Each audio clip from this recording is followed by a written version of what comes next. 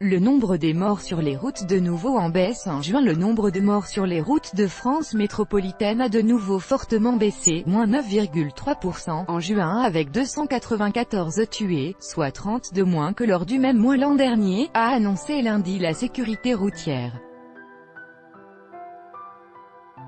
Après une forte baisse en mai, moins 8,4%, ces chiffres confirment la tendance à la baisse de la mortalité routière en France, amorcée en 2017 après 3 années consécutives de hausse.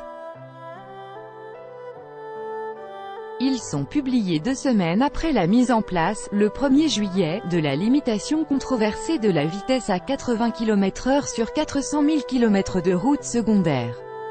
Au total, métropole et outre-mer confondus, 306 personnes ont perdu la vie sur les routes, et 6 923 ont été blessées, un chiffre également en baisse, selon les estimations provisoires de l'Observatoire national interministériel de la sécurité routière, ONISR, concernant la seule métropole. Le premier semestre 2018 affiche une baisse de 6,1% par rapport à la même période en 2017, avec 100 personnes tuées en moins. Depuis le 1er juillet, les routes à double sens sans séparateur central, barrière, terre-plein, sont limitées à 80 km/h, et non plus à 90 km/h, avec l'objectif de réduire le nombre de tués sur les routes. Il s'agit de 400 000 km, soit 40% du réseau routier français.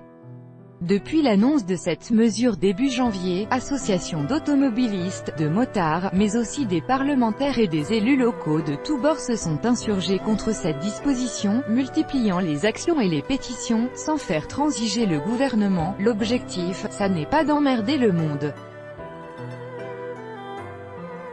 L'objectif, c'est de faire en sorte qu'il y ait moins de morts et moins de blessés graves, avait martelé fin juin Édouard Philippe, rappelant le coût humain terrifiant des accidents de la route, qui ont fait 3 684 morts et 76 840 blessés en 2017. Selon le gouvernement, baisser la vitesse de 10 km/h permettra de sauver jusqu'à 400 vies par an, et ainsi d'inverser durablement la courbe de la mortalité routière qui, après avoir atteint un plus bas historique en 2013, avait connu un inquiétant rebond entre 2014 et 2016.